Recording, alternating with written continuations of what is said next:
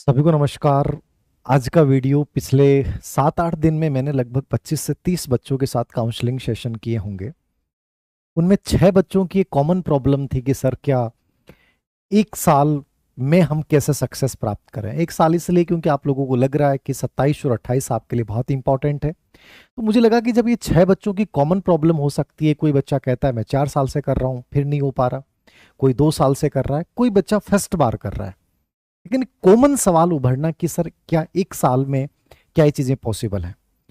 मैं एक छोटी सी चीज से शुरुआत करूंगा। अभी कुछ देर पहले एक बच्ची का मेरे पास कॉल आया कि सर विशेष शिक्षा की वैकेंसी निकली हुई है और क्या 4 महीने में मैं कैसे मैनेज करूं। सबसे बड़ी प्रॉब्लम क्या है, हमारा अधिकतर समय केवल इस बात में निकलता है कि मैनेज कैसे करूं। केवल हम सोचते हैं और ये हम 10 लोगों से पूछ लेंगे मैनेज कैसे करूं, वो 10 लोग बता पाएंगे कि आपकी दिनचर्या कैसी है, आपकी परिस्थितियां कैसी है और उनके बताए गए सजेशन आपके लिए क्या वास्तव में उपयोगी हैं। ये आज का प्लान सुनिएगा थोड़ा सा। मैं अभी 5 दिन पहले की घटना है। एक व्यक्ति के पास जूस पीने जाता हूं, मैंने उनसे पर्सनली एक सवाल पूछा। मैंने कहा ये सब कैसे चीजें कैसे करते हो, तो उन्होंने कहा कि सर जिंदगी में जब परिस्थितियां खराब होती है ना, तो मैनेज करने की जरूरत नहीं पड़ती, चीजें अपने आप मैनेज हो जाती हैं। बोले मैं 2-2:30 बजे उठ जाता हूँ, फिर मंडी में जाता हूँ, मंडी से कुछ ताजी सब्जियां लेके आता हूँ और इस पार्क के सामने जो है ये जूस का ये लगाता हूँ और लगभग 3 से 4 घंटे यहाँ पे काम करता हूँ और मेरी एक अच्छी मजदूरी बन जाती है। फिर एक कंपनी में जाता हूँ जहाँ 8 घंटे की ड्यूटी होती है और मुझे कुल मिला के एक अच्छा पेमेंट मिल जाता है। फिर मैं शाम को रात को 7 बजे के आसपास मैं 1.5 घंटा केवल गोलगप्पे की एक थड़ी लगाता हूं जिसमें एक मेरा एक असिस्टेंट भी होता है। टोटली इन सब की वजह से कि मेरे पास जब मैं जयपुर जैसे शहर में आया था कुछ नहीं था, आज मेरे पास मेरा खुद का मकान है। अब मुझे सोचना नहीं पड़ता कि मैनेज कैसे करूं। मैनेज चीजें होती हैं जब प्रेशर बड़ा होता है। एक तो होता है प्रेशर बड़ा होता है हम घबरा जाते हैं, सर आप बता दो वो बता दो। तो इन सब चीजों से हटकर सच में जो बच्चे को लगता है कि सर मेरे पास एक साल बेहतरीन है और मुझे कंप्लीट एफर्ट देने हैं। हो सकता है आप में से कई बच्चे 5 साल 4 साल 3 साल, मैं हर प्रकार के बच्चों से मिला हूं। अभी एग्रीकल्चर का जो रिजल्ट आया उसमें फर्स्ट रैंक वाला बच्चा मेरे पास सीख कर घर मिलने आया। उस बच्चे ने कहा कि सर दादी के पास बैठकर पढ़ता था, दादी की सेवा भी करता था, कहीं किसी कोचिंग नहीं गया और मैं ग्रेड 3rd में सिलेक्टेड, 4th ग्रेड में सिलेक्टेड, राजस्थान पुलिस में सिलेक्टेड और एग्रीकल्चर में मेरी फर्स्ट रैंक आई है। ईमानदारी वाला बच्चा था, मारवाड़ का बाड़मेर का बच्चा था। मेरा कहने का मतलब यह है जब तक कोई चीज को अपनी बहुत बड़ी ताकत नहीं बनाओगे और जब तक ये भटकाव रखोगे, अनिश्चितता रखोगे कि मैं कैसे करूं, इसका जवाब कहीं नहीं मिलेगा। आपके पास मिलेगा। एक साल ढंग से चुनिए, मजबूती से चुनिए और डेडिकेशन के साथ अपने आप को उसमें लगा दीजिए। साधना बहुत बड़ी चीज है, तपस्या बहुत बड़ी चीज है। कामना इंसान को हैवान बनाती है लेकिन साधना अभिशाप को वरदान बनाती है और ये सबसे बड़ा सच है। तो इस साधना का ये जो एक साल का जीवन है, इसके मैं 6 पिलर्स आपको बता रहा हूं। एक साइकोलॉजिकल स्टडी है ये और एक मैं मेंटरशिप का प्रोग्राम भी स्टार्ट कर रहा हूं इसको लेकर, इन 6 पिलर्स को लेकर, जहां बच्चों के साथ मैं व्यक्तिगत रूप से काम करूंगा। सबसे पहले ग्रेड फर्स्ट को लेकर करूंगा, लेकिन ये आपको किसी की भी जरूरत नहीं है। यदि आप इन 6 पिलर्स को थोड़ा सा समझ लो और अपने ऊपर लागू कर लो और कहीं भी ये मत सोचो कि सर मैं कर पाऊंगा कि नहीं कर पाऊंगा, फिर आपको कहीं डरने की आवश्यकता नहीं है। बहुत शॉर्ट एंड स्वीट समझना। नेचर और स्वाभाविकता की पहचान। आप में से कई बच्चों के मेरे पास जब मैं सेशन लेता हूं तो आप ये कहते हैं सर मुझे ऑनलाइन कोचिंग करनी चाहिए, ऑफलाइन करनी चाहिए, मुझे कैसे पढ़ना चाहिए। ये कोई नहीं बता सकता आपको कैसे पढ़ना चाहिए, आपको अच्छा कैसे लगता है। यदि मैं, जैसे मुझे पढ़ना अच्छा लगता था, मैं चेयर पे बैठ के पढ़ लेता था, मैं लाइब्रेरी में कभी नहीं पढ़ा, मैं अकेला पढ़ता था, मैं कई बार चीजें याद नहीं होती थी बोल बोल के पढ़ लेता था, कई बार बहुत हार्ड चीज है तो मैं शॉर्ट लिख लेता था, किताब को मैं रंगीन रखता था कंप्लीटली, मैंने अलग से कोई नोट्स नहीं बनाए, उसी किताब में बनाए। ये मेरा तरीका था, मैंने किसी से नहीं पूछा, मैंने किसी से अप्रूवल नहीं लिया। सही है गलत, तुम जब किसी चीज को अप्रूवल लेने की कोशिश करते हो तो कोई कहेगा नहीं नहीं गलत है, कोई कह देगा सही है। 1000 लोग हैं वो अपने तरीके से उस चीज को जज करेंगे और आपको बताएंगे तुम्हें ऐसे पढ़ना चाहिए, इस समय उठना चाहिए, किताब पढ़ने का तरीका ये है, नोट्स बनाने का तरीका। इतने यूट्यूब पे इतने वीडियो बने पड़े हैं। अरे भाई तुम्हें किसी को कॉपी नहीं करना है, तुम्हें पहचानना है कि तुम क्या हो। स्वाभाविकता पहचानिए। मुझे ऑफलाइन कोचिंग अच्छी लगती है, एक रूटीन अच्छा बनता है, मुझे टीचर्स को सामने देखकर पढ़ना अच्छा लगता है, ऑफलाइन पढ़ना चाहिए। मेरे पास ऑफलाइन के लिए टाइम नहीं है, पैसा बहुत खर्च होता है, मुझे पर्टिकुलर ऑनलाइन कोई टीचर विशेष से पढ़ना है नहीं, मुझे ना ऑफलाइन पसंद है ना ऑनलाइन पसंद है, मैं सेल्फ स्टडी करूंगा, बुक्स लूंगा और बुक्स को अच्छे से तैयार करूंगा। आपको क्या अच्छा लगता है उसको चुनिए, ना मेरे कहने से ना किसी और के कहने से, फलाना ये कहेगा फलाना ये कहेगा, नहीं। चुनना किसको है? स्वाभाविकता को चुनना है। आपको क्या बेटर लगता है उसको चुनिए, ठीक है। और इसके अनुसार जैसे आपको लगता है कि सर नहीं नहीं नहीं मैं कर लूंगा, 100% रिजल्ट आएगा। तो सबसे पहला कदम जिन बच्चों को मैं कह रहा हूं, आप जैसे हैं वैसे बहुत बेहतरीन हैं, केवल ये सुनना है कि मेरे लिए चीज बेटर है। तो फिर दूसरा सवाल किसी से मत पूछिए कि हाँ मैं सहज महसूस कर रहा हूं ऑफलाइन में, ऑनलाइन में या सेल्फ स्टडी में। तीनों की अपनी कमियां हैं, तीनों की अपनी मजबूत पक्ष है। आपको किसी पे नहीं जाना, साइकोलॉजी वाला वर्क इथिक उपागम यूज करना है, कार्यनीतिक उपागम स्वाभाविकता के अनुसार, कि मुझे मेरा उद्देश्य सिलेक्शन लेना है, मेरे को अधिकतम नंबर प्राप्त करने हैं। जो चीज मुझे जिस समय उठना बैठना, जिस तरीके से पढ़ना, ग्रुप डिस्कशन करना, अकेले पढ़ना, रीडिंग करना, नोट्स बनाना, मुझे क्या लगता है सबसे बेस्ट वो तरीका है, इसके अलावा दूसरा कोई तरीका नहीं है, इसको फॉलो करना। मैंने किया है, हजारों लाखों लोग यूपीएससी टॉपर्स को कभी भी सुन लेना, वो हमेशा इसको चुनते हैं। सबसे पहला कदम है स्वाभाविकता, ठीक है। तो इसके साथ चुनिए, बाकी दूसरे कदम बाद में चलेंगे। तो पहली चीज, पहला पिलर है नेचुरलिटी की पहचान कीजिए कि मेरे लिए बेटर क्या है, मेरे लिए वैकेंसी सबसे बेटर है, पापा के कहने पे नहीं, धीर सिंह सर के कहने पे नहीं, किसी और सर के कहने पे नहीं, मैं इसमें अच्छा फील करता हूं, मैं सहज हूं, आने वाले 1 साल में मुझे इस एग्जाम को पूरा देना है और 100% देना है, उस पर कोई डाउट नहीं करना है, फिर चीजें ऑटोमेटिक हो जाएंगी। नंबर 2, एग्जाम पैटर्न समझ। में कई बार इसकी बात करता हूं और ये मैं दोबारा से आज इसकी बात कर रहा हूं। एग्जाम पैटर्न समझ का मतलब, तुम 10 वीडियो देखोगे, एक टीचर ने कहा कि इसकी स्ट्रेटेजी ऐसे है, एक टीचर ने कहा इसकी रणनीति ऐसे है, एक टीचर ने कहा कि आप इसको इस तरीके से पढ़िए, नहीं। ये तो आपके पास कॉमन सेंस है। एग्जाम पैटर्न के लिए क्या करना है, आपने पाठ्यक्रम लिया, सिलेबस लिया, जो भी संबंधित है, चाहे वो आरपीएससी है, आरएसएसबी है या एसएससी है, कोई भी एग्जाम है, सबका एक पैटर्न होता है, उसको फॉलो करना है। आरपीएससी में 40% पे सिलेक्शन हो रहा है आज, सिर्फ 40%, 50% आ रहे हैं तो आप टॉप कर जाओगे। अधीनस्थ सेवा चयन बोर्ड में 70 से 80% मेरिट जा रही है, ठीक है। मतलब उसका पैटर्न समझना है। मुझे आरपीएससी की तैयारी करनी है तो मेरा लेवल ये होगा कि मैं संसाधन कम रखूंगा लेकिन गहराई वाला कॉन्सेप्ट पढ़ूंगा। आरएसएसबी करना है तो मुझे पढ़ना ज्यादा है, फैक्चुअल चीजें ज्यादा आती हैं, तो उनको पूरा समेटना है। मुझे कितना क्विकली रिवीजन कर पाऊंगा, जितना ज्यादा रैपिडली रिवीजन कर पाऊंगा उतना बेटर है। तो सबसे पहले उस एग्जाम के पैटर्न की समझ बनाइए कि मुझे स्कूल लेक्चर की तैयारी कर रहा हूं, इसका पैटर्न ये है, यहाँ 40% पे सिलेक्शन हो रहा है, सेकंड ग्रेड में ये, थर्ड ग्रेड में ये है, रिट परी का ये सिलेबस है। ऐसा नहीं हो सकता कि उसके वाले फार्मूले को तुम यहां लागू कर दोगे, उस वाले को यहां लागू कर दोगे। सिंपल सी बात है, सिलेबस की मैपिंग कीजिए, मैपिंग करने के साथ उसके लेटेस्ट सिर्फ 2 साल के पेपर देखिए, आपको एग्जाम पैटर्न समझ में आएगा, सब चीजें खुद को पता लगेंगी। और जब हम खुद चीजों में डूबते हैं ना, और वो जो समझ बनती है वो हमेशा काम आती है। धीर सिंह सर ने वीडियो बनाया, तुम्हें 10 मिनट अच्छा लगेगा, तुमने लाइक्स दे दिया, कमेंट दे दिया, तुम भगवान हो, बहुत अच्छा बताया है, लेकिन जब तुमने खुद नहीं किया तो तुम उसको कैसे करोगे? और उसके बताए गए, टीचर के बताए गए पैटर्न को तुम अपने ऊपर हूबहू लागू नहीं कर सकते। तुम्हारा नेचर ही अलग है, तो मेरा नेचर अलग है, तो मुझे एग्जाम पैटर्न को समझना है और उसके अनुसार तय करना है कि मेरे लिए सबसे बेटर क्या है। ये पिलर दिमाग में बैठा लो, पैटर्न के अकॉर्डिंग पढ़ना है, समझ रहे हो? और ये आपकी कुशलता पे डिपेंड करेगा कि किस तरीके से पढ़ते हो। तो थोड़े से प्रक्रिया, प्रोसेस पे ध्यान दें, ये तीसरा महत्वपूर्ण पार्ट है। शॉर्ट एंड स्वीट बता रहा हूं, बस समझना है, इसको लागू करना। तीसरा है स्टडी शेड्यूल डिजाइन। ये बहुत अच्छा तरीका होता है, थर्ड पिलर इसको माना जाता है। ये उन बच्चों के लिए जो 1 साल में मुझे इस कंपटीशन को निकालना है और हलाल में निकालना है। वहां फिर 22 नहीं होना चाहिए, वहां फिर नेगेटिविटी नहीं आनी चाहिए कि सर एक ऐसे थोड़ी होता है 1 साल में, होगा 1 साल में। एक बार जुड़िए, आप ईमानदारी के साथ जुड़िए। मैं जो चीजें कह रहा हूं ना जोश के साथ कीजिए। जैसे उस जो सुबह जूस बनाने वाले ने मेरे को बोला कि सर आंख खुल जाती है, करता हूं सर, मजा आता है, मकान बन गया सर। चीजें होती हैं, करनी पड़ेंगी। ये नहीं सर 4 महीने में कैसे मैनेज होगा, अरे मैनेज कैसे नहीं होगा, 4 साल में भी नहीं होगा मैनेज नहीं करने वाला तो, और मैनेज करने वाला 4 महीने में भी कर लेता है। 1 साल का प्लान है। स्टडी शेड्यूल डिजाइन का मतलब है ये आपको डिजाइन करना है, किसी और के अकॉर्डिंग नहीं।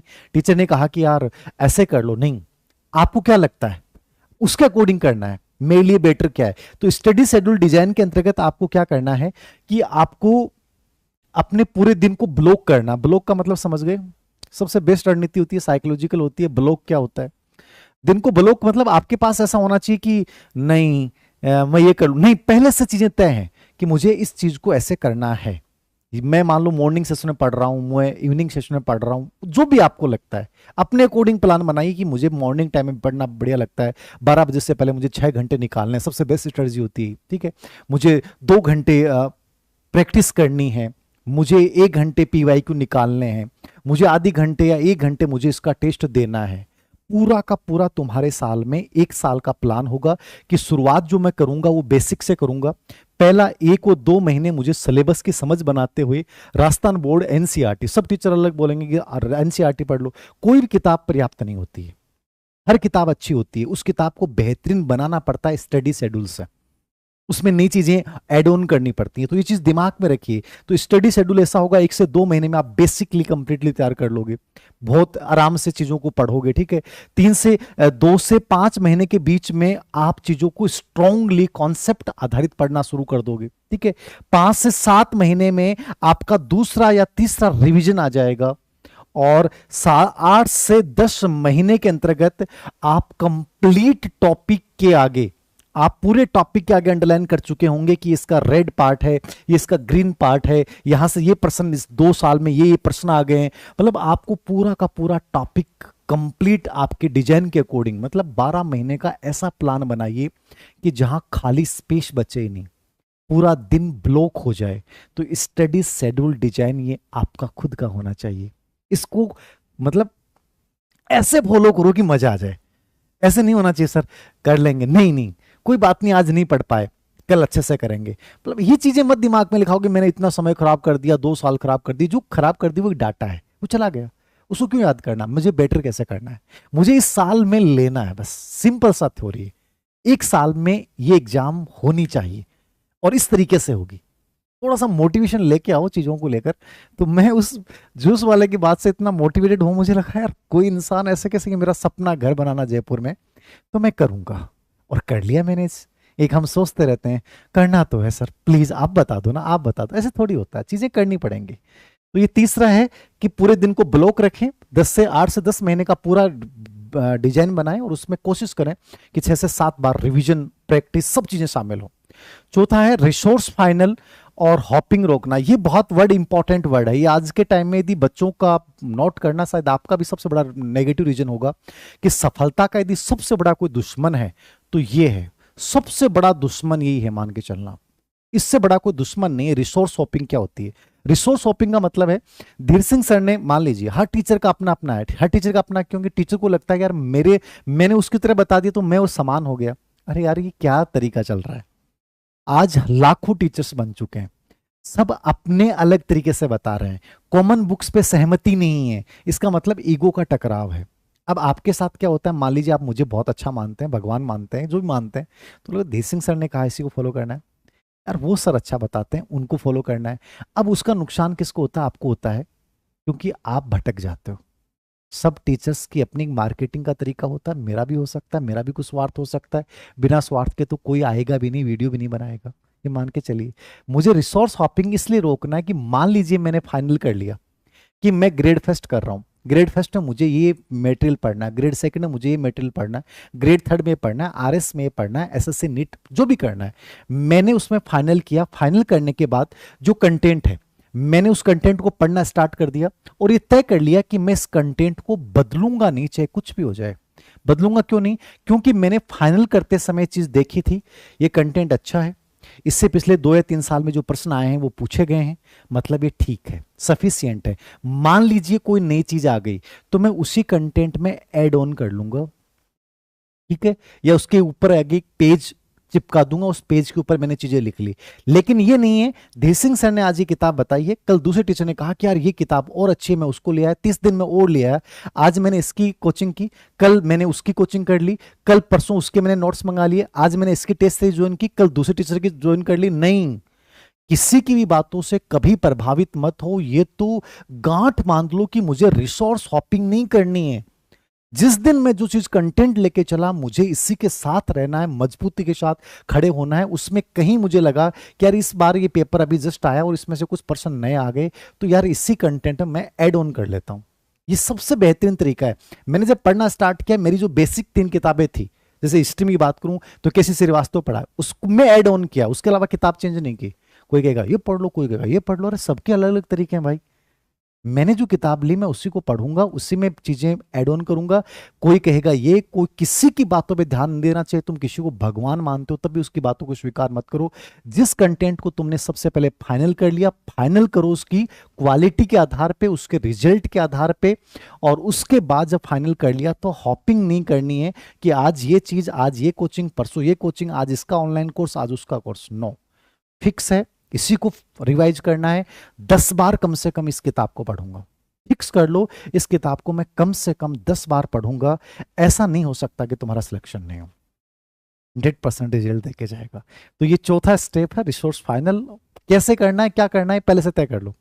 पीवाईक्यू देखिए, अलग अलग जितनी राय लोगे अलग अलग लाएंगे, ज्यादा राय मत लो, आप अपने अकॉर्डिंग चुनिए। मैंने किसी से राय नहीं ली, मैंने खुद चीजें की, मुझे पता था कि यहां से चीजें अच्छी आई हैं, तो बेटर किताब है ना, टेक्स्ट किताब को चुना, उसको पढ़ा। अब कोई के लिए गाइड भी बेटर हो सकती है, कोई के लिए क्लास कोचिंग के नोट्स बेटर हो सकते हैं, किसी के लिए हैंड रिटन नोट्स बेटर हो सकते हैं। आपको क्या बेटर लगता है, आपको बेटर लगता है उससे ज्यादा जरूरी है क्या उसमें से प्रश्न आए हैं, ठीक है, क्या वो रिलायबल है, क्या जिस बंदे का नाम लिखा हुआ उसने खुद वो चीज लिखी है, इसका मतलब बेटर है। ये चीजें 3-4 चीजें होती हैं कोई भी चीज को चुनने की, वो चुनिए, ना कि किसी कहने पे। और सबसे इंपॉर्टेंट मानता हूं माइक्रो एनालिसिस सिस्टम। मैं जो मेंटरशिप प्रोग्राम स्टार्ट करूंगा उसमें इस चीज़ पे बहुत फोकस देने वाला हूँ। और ये मैं आप लोगों से भी कहता हूँ, जो बच्चे बहुत अभावों से गुजर रहे हैं, जिनको लगता है कि सर हम कोचिंग वोचिंग, देखो कोचिंग एक फंडा है, समझ रहे हो, सबका अपना फंडा है। कोचिंग के लिए लोग आकर्षित करेंगे, कोचिंग की बड़ी बड़ी तस्वीरें डाल के आपको ऐसा लगेगा यार कोचिंग कर लेनी चाहिए, यार इतने लोग पढ़ रहे हैं मुझे भी कर लेना चाहिए। ये सब एक एजेंडा होता है। सही बताऊँ ना, मैं जो सुपरवाइजर वाले फर्स्ट बच्चे से मिला ना, मैंने उसकी ईमानदारी को महसूस किया कि सर कहीं से भी शुरुआत की जा सकती है, चीजें करने का जज्बा होना चाहिए, दादी के पास बैठकर भी आप टॉप कर सकते हो। ये मुझे उस दिन महसूस हुआ कि यार कितने गंदे एजेंडे होते हैं हम सब टीचर्स के, ये ले लो वो ले लो। अरे नहीं, माइक्रो एनालिसिस कीजिए। तो बच्चा मेरे को हमेशा बोला कि सर मैं शाम को पढ़ने के बाद ही चीजें करता था कि आज जो मैंने सीखा क्या प्रभावी था, क्या आज मैंने अपने दिन का मैक्सिमम यूटिलाइज किया, क्या मैंने इस टॉपिक को पढ़ने के बाद इसके पीवाईक्यू देखे, क्या मैं इस टॉपिक को दोबारा से मुझे समझने की जरूरत पड़ेगी नहीं पड़ेगी। अब मैं मान लीजिए 10 प्रश्नों का एक टेस्ट देता हूं, उस टेस्ट में मेरा कितना स्कोर रहा, अब मुझे कहां सुधार करने की जरूरत है। यह माइक्रो एनालिसिस सिस्टम, ये आपके प्रतिदिन का हिस्सा होना चाहिए, वीकली नहीं, महीने वाला नहीं, प्रतिदिन का हिस्सा आपका होना ही चाहिए। ये नहीं होगा आगे नहीं बढ़ पाओगे, पता ही नहीं चलेगा मेरी प्रॉब्लम्स क्या है। तो माइक्रो एनालिसिस में आप ये करो कि मैंने जो टॉपिक, एक कोई भी टॉपिक लिया, वो टॉपिक मैंने पढ़ा शाम तक, फिर आपको देखेंगे उस टॉपिक को आपने आंखें बंद करके कितना टॉपिक याद है। नंबर 2, उस टॉपिक से पिछली एग्जामों में 2 सालों में 5 या 3 या 5 प्रश्न आए, आप उन प्रश्नों को देखिए, आंसर निकालिए उन प्रश्नों को पढ़ने के बाद, क्या उनके आंसर मेरे को इस टॉपिक को पढ़ने के बाद आ रहे हैं, ठीक है। उन प्रश्नों के आधार पे एक इमेजिनेशन कीजिए कि इस टॉपिक पे नई चीजें क्या बन सकती हैं। ये माइक्रो एनालिसिस सिस्टम है। इस प्रकार एक एक टॉपिक को, एक एक टॉपिक को मतलब नहीं कि तुम 100% सिलेबस कवर करो, मैं कहता हूं कि तुम 20% इस तरीके से पढ़ो कि तुम्हारा 80% काम हो जाएगा। 80-20 का जो रूल है ना, वो यही है, 20% तरीके इतने गजब के अपनाओ। माइक्रो एनालिसिस आप साथ कर रहे हैं ना, पीवाईक्यू 2 साल के हल कर रहे हैं, 10 साल के हल मत करो चाहे, तो उसमें इस प्रकार से पढ़ो, पूरा टॉपिक, एक एक टॉपिक 80% सिलेबस कवर करो। पूरा कवर करने की जरूरत नहीं, 80% सिलेबस तुम यदि माइक्रो एनालिसिस सिस्टम के साथ कवर कर लेते हो, कमियों का पता चल जाता है, प्रतिदिन ये चीज दोहरा रहे हो, मतलब एक सीट बना लो। मैं एक सीट शेयर करूंगा टेलीग्राम पे, माइक्रो एनालिसिस का सिस्टम क्या होता है, 4 से 5 पॉइंट होते हैं, उसको फॉलो करना, उसकी डेली अपने हाथ से लिख लेना और उसमें प्रतिदिन टॉपिक का करना है। ये फॉलो करना है इस प्रोग्राम को, ऐसा नहीं कि नॉर्मली मेरी बातें सुनी और तुमने निकाल दी, नहीं। ये सच में बहुत मतलब इफेक्टिव प्रोग्राम है। तो ये माइक्रो एनालिसिस आप लोगों को करना है, और जो भी चीजें आपको लगती हैं उन चीजों को एड ऑन करें, और प्रतिदिन जो आपको निकल के आता है उसके ऊपर वर्क करना है। चौथा और अंतिम पिलर है इसका, कमजोरी सुधार प्लान। अब इसलिए मैं कह रहा हूं कि जैसे मैं अभी एक बच्ची से बात कर रहा था काउंसलिंग के तहत, तो उस बच्चे ने बोला कि सर मेरा ग्रेड फेस्ट की मैंने प्रिपरेशन 2 या 3 बार कर ली, मेरा ये पार्ट कमजोर है, लेकिन ये मुझे लगता है मैं नहीं कर पाऊंगी। मतलब पहले से आपने इस चीज को तय कर लिया कि आप नहीं कर पाएंगे। होता क्या है कि कोई चीज कमजोर होती नहीं है, हम इसको स्थायी मान लेते हैं और अपने को लगता है कि हर बार इसको छोड़ना नहीं।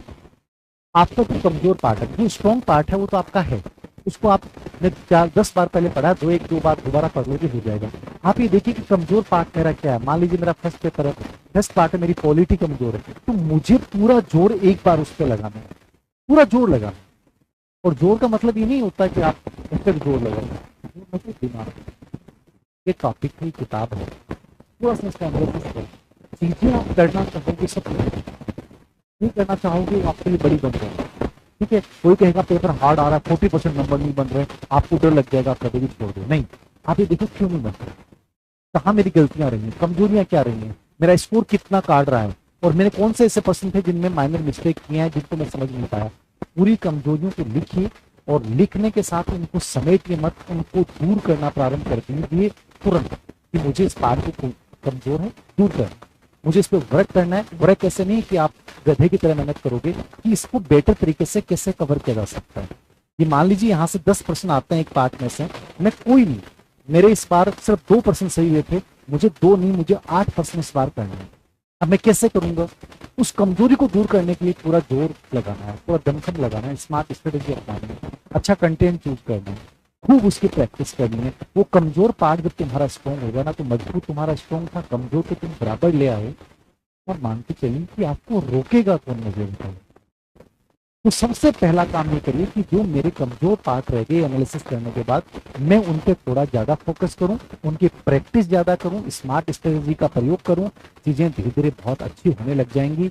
यदि आप इन 6 पिलर्स के साथ चलते हैं, ईमानदारी से चलते हैं, डिसिप्लिन को अपने जीवन का आधार बनाते हैं, मुझे नहीं लगता कि आप एक साल में किसी भी एक एग्जाम को क्लियरिटी के साथ पकड़ के तुम उसको तोड़ नहीं सकते, ऐसा नहीं हो सकता।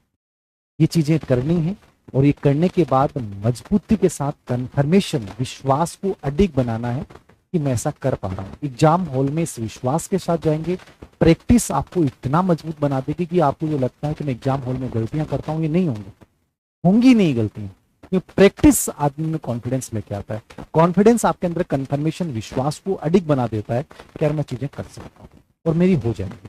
थोड़ा सा अपनी स्ट्रेटेजी को, थोड़ी सी अपनी स्टडी को इस एक साल वाले प्लान में लेके आए और बेहतरीन तरीके से मेहनत करें। आने वाले 2 साल आप लोगों के लिए बहुत बेहतरीन रहने वाले हैं। मैं पर्टिकुलर हर विषय की जो रणनीतियां हैं, हर ग्रेड की रणनीतियां हैं, उस पर भी एक छोटा सा माइक्रो एनालिसिस करूंगा बुक्स लिस्ट के साथ, जो बड़ी ईमानदारी वाला सा रहेगा। वो आप फॉलो भी कर सकते हैं, नहीं भी कर सकते, बट एक बार इसको थोड़ा सा स्टडी में लेके आइएगा और कल से इस पर वर्क कीजिएगा। फिर रिजल्ट्स नहीं आए तो मेरे से बात करना कि सर रिजल्ट्स नहीं आ रहे हैं, फिर मैं बात करूंगा क्यों नहीं आ रहे। Thank you very much.